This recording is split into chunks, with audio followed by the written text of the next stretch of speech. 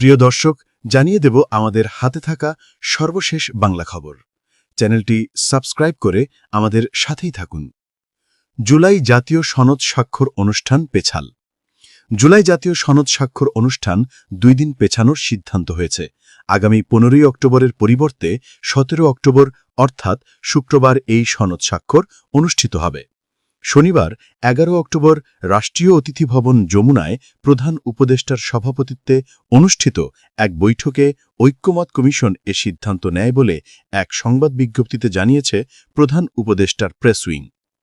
বৈঠকে কমিশনের সহসভাপতি অধ্যাপক আলী রিয়াজের সহ সদস্য বদিউল আলম মজুমদার, সংস্কৃতি উপদেষ্টা মোস্তফা সারোয়ার ফারুকী এবং প্রধান উপদেষ্টার বিশেষ সহকারী মনির আয়দার উপস্থিত ছিলেন।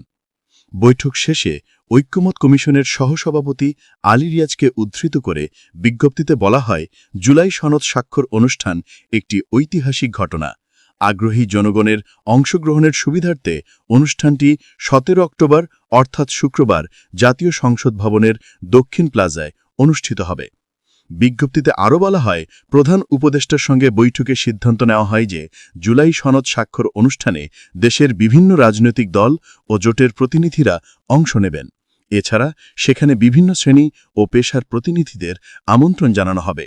অন্তর্বর্তী সরকার গঠিত 6টি সংস্কার কমিশনের 84টি সংস্কার প্রস্তাব নিয়ে তৈরি হচ্ছে জুলাই জাতীয় সনদ।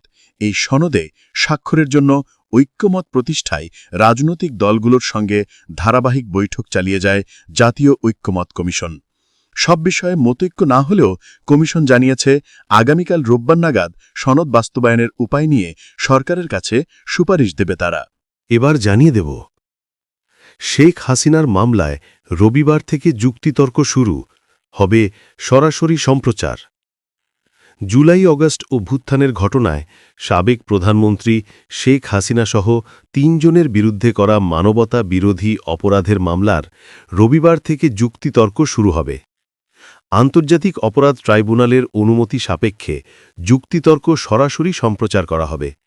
শনিবার 11 অক্টোবর এ তথ্য জানিয়েছেন প্রসিকিউটর গাজী M.H. তমিম।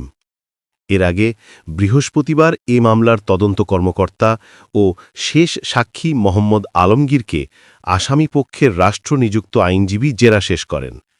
28 কার্যদিবসে এ মামলায় 54 জন সাক্ষীর সাক্ষ্যগ্রহণ শেষ হল। সাক্ষ্যগ্রহণ শেষে প্রসিকিউটর মিজানুল ইসলাম সাংবাদিকদের বলেন, তদন্ত কর্মকর্তার জেরা শেষ হওয়ার মধ্যে দিয়ে এ মামলার সাক্ষ্যগ্রহণ শেষ হয়েছে। আমরা 54 জন সাক্ষী উপস্থাপন করেছি। সাক্ষীদের জবানবন্দির মাধ্যমে আসামিদের বিরুদ্ধে অভিযোগ প্রমাণ করতে সক্ষম হয়েছি। অন্যদিকে আসামিপক্ষের রাষ্ট্রনিযুক্ত আইনজীবী মোহাম্মদ আমির হোসেন সাংবাদিকদের বলেন, আমি মনে করি সাক্ষীদের জবানবন্দিতে এখনও পর্যন্ত যা এসেছে তাতে আমার আসামিদের নির্দোষ প্রমাণ করতে পারব। এ মামলায় শেখ হাসিনার পাশাপাশি বাকি 2 আসামি হলেন সাবেক প্রধানমন্ত্রী আসাদুল্লাহ খান ও পুলিশের সাবেক মহাপরিদর্শক আইজিপি চৌধুরী আবদুল্লাহ মামুন। এর মধ্যে চৌধুরী আবদুল্লাহ মামুন দোষ স্বীকার করে এ মামলায় রাজসাক্ষী হয়ে জবানবন্দি দিয়েছেন। জেরার সময় রাষ্ট্রপক্ষে উপস্থিত ছিলেন প্রসিকিউটর মোহাম্মদ মিজানুল ইসলাম, গাজী M.H. তমিম প্রমুখ। এ মামলার প্রথম তদন্ত কর্মকর্তা ছিলেন তদন্ত সংস্থার উপপরিচালক মোহাম্মদ জানে আলম। পরে তদন্ত করেন উপপরিচালক মোহাম্মদ আলমগীর।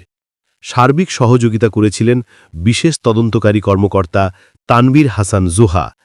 এ ঘটনায় তদন্ত কর্মকর্তা মোহাম্মদ আলমগীর গত 12 মে তদন্ত প্রতিবেদন দাখিল করেন। পরে 31 মে সম্পূরক অভিযোগ দেওয়া হয়। 1 জুন আনুষ্ঠানিক অভিযোগ উপস্থাপন করা হয়। গত 10 জুলাই এ মামলায় আনুষ্ঠানিক অভিযোগ গঠনের আদেশ দেন ট্রাইব্যুনাল। এদিকে পরোয়ানাভুক্ত সেনা কর্মকর্তাদের গ্রেপ্তারে গড়িমসির প্রতিবাদে বিক্ষোভ আপ বাংলাদেশের। গুম ও আয়নাঘরের সঙ্গে জড়িত পরোয়ানাভুক্ত সেনা কর্মকর্তাদের গ্রেপ্তারে অনীহা এবং কিছু সেনা কর্মকর্তার দেশত্যাগের চেষ্টার অভিযোগ এনে বিক্ষোভ করেছে ইউনাইটেড পিপলস বাংলাদেশ, আপ বাংলাদেশ। আজ শনিবার বিকেলে রাজধানীর শাহবাগে জাতীয় জাদুঘরের সামনে এ বিক্ষোভ কর্মসূচি পালন করে আপ বাংলাদেশ। বিক্ষোভে সেনাবাহিনীর মধ্যে যারা গুমের ঘটনায় অভিযুক্ত তাদের অনতিবিলম্বে আইনের আওতায় আনার জন্য আহ্বান জানানো হয়। পাশাপাশি অন্তর্বর্তী সরকারের গড়িমসির সমালোচনা করা হয়।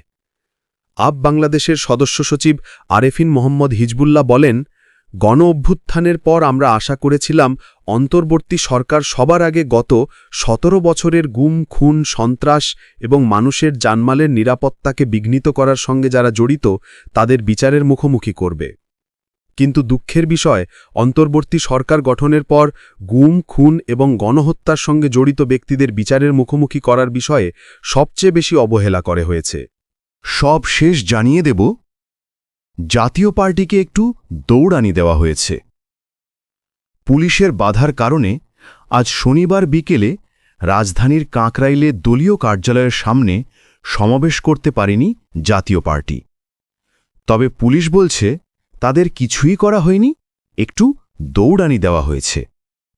রমনা বিভাগের পুলিশের উপকমিশনার ডিসি মাসুদ আলম বলেন, জাতীয় পার্টি একটি আবেদন করেছিল, সেটা আমরা গ্রহণ করিনি, কারণ রাস্তায় কোনো কর্মসূচির অনুমতি আমরা দিতে পারি না। মৌখিকভাবে আমরা তাদের বলেছিলাম রাস্তা দখল না করে কর্মসূচি পালন করতে, কিন্তু তারা রাস্তার উপর চেয়ার বসিয়ে মঞ্চ স্থাপন করে। আমরা তাদের কয়েকবার সতর্ক করেছি, কিন্তু তারা কোনো কথা শোনেনি। সড়ক বন্ধ করে জনসভায় জনভোগান্তি হওয়ার কারণে এক পর্যায়ে তাদের একটু দৌড়ানি দেওয়া হয়েছে। এক প্রশ্নের জবাবে ডিসি মাসুদ আলম জানান, এলাকার লোকজন এসে জাতীয় পার্টির কর্মসূচিতে বাধা দিলে সেই সময় জাতীয় পার্টির লোকজনকে আমরাই রক্ষা করি। শনিবার বিকেল 4:30টার দিকে দেখা যায় জাতীয় পার্টির কার্যালয়ের ফটক বন্ধ। কার্যালয়ের সামনে পুলিশ সদস্যরা অবস্থান করছেন। সমাবেশের জন্য আনা চেয়ার টেবিল সরিয়ে নিচ্ছেন ডেকোরেশনের লোকজন। এরপর বিকেল 4:45টার দিকে পুলিশের সামনেই কার্যালয়ের সামনে থেকে দলটির একটি মিছিল বিজয়নগর থেকে পল্টনের দিকে রওনা হয়। এই সময় রাস্তার আরেক পাশ থেকে একটি মিছিল থেকে 9-10 জন এসে তাদের ওপর চড়াও হয়। এতে জাতীয় পার্টির একজন আহত হন। এর আগে গত 6 সেপ্টেম্বর কাঁকরাইলে জাতীয় পার্টির কেন্দ্রীয় কার্যালয়ে হামলা ও ভাঙচুরের ঘটনা ঘটে। গত 30 আগস্ট জাতীয় পার্টির কেন্দ্রীয় কার্যালয়ে হামলা হয়।